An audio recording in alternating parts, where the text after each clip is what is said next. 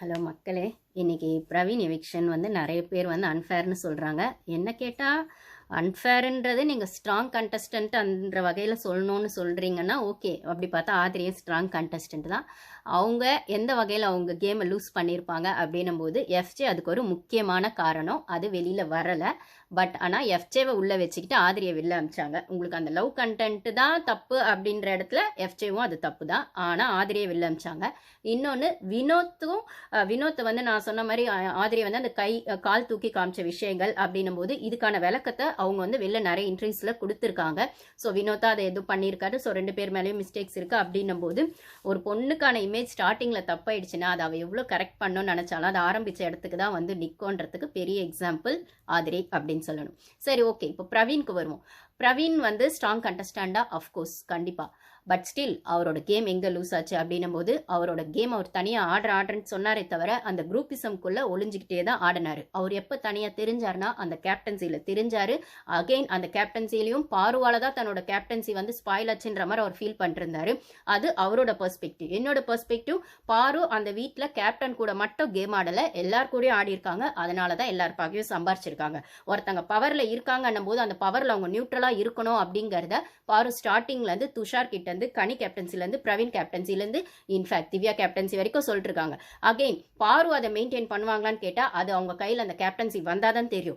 ஆனால் இந்த கேப்டன்சி கையில் வந்தவங்க கிட்டாலும் அவங்க பிளே பண்ண கேம் சுற்றி எத்தனை ப்ரெஷர் இருந்தாலும் நீங்கள் நியூட்ரலாக இருக்கணும். ஆனால் நீங்கள் குரூப்பிசம்குள்ளேயோ இல்லை உங்கள் ஃபேவரட் பர்சனுக்கும் கேம் ஆடினீங்கன்னா நான் அதை கொஸ்டின் பண்ணுவேன். அவங்க கொஸ்டின் எடுத்து வச்சது தான் இவங்களுக்குலாம் குத்துது கொடாயுதுன்னா அவங்க கேமை அவங்க ஆடினாங்க. உங்கள் கேமை நீங்கள் குரூப்பிசம்குள்ளே மறைஞ்சிட்டீங்க அப்படின்னு தான் நான் சொல்லுவேன். என்னோட வீடியோஸ் கண்டினியூஸாக பார்க்குறவங்களுக்கு தெரியும். கனி குரூப்பிசம்குள்ள வைல்டு கார்டு என்ட்ரி ஆகிறதுக்கு முன்னாடி கனி குரூப்பிசம்குள்ள ஒளிஞ்சிட்டு இருக்கவங்க கேம் எல்லாம் கூடிய சீக்கிரம் வந்து ஸ்பாயில் ஆயிடும்.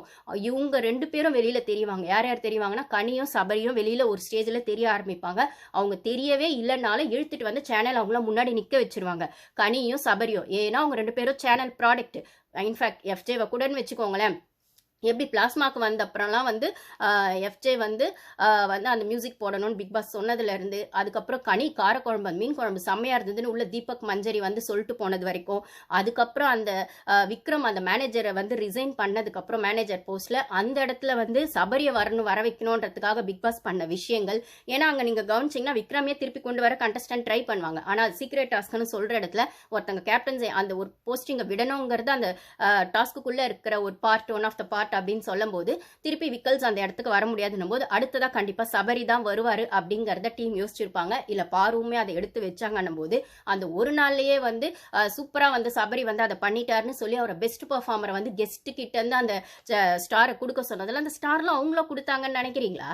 அதெல்லாம் ஸ்கிரிப்ட் தான். பின்னாடி வந்து டாக் பேக்ல சொல்லுவாங்க இருக்கிற 2 ஸ்டாரு பிரவீன் கொண்டு கொடுங்க, அதுக்கப்புறம் வந்துட்டு சபரி கொண்டு கொடுங்கன்னு வர்றதெல்லாம் அதுதான். இதுல மேபி தீபக் அழுதது வேணா கொஞ்சம் உண்மையா இருக்கலாம். ஆனா அவர் அழுதாரே தவிர அந்த டாஸ்கை கொடுத்து அதை அழ வச்சு அங்க ஒரு சாரிய பிக் பாஸ் கேட்டதுனால தானே தீபக் அழுதாரு.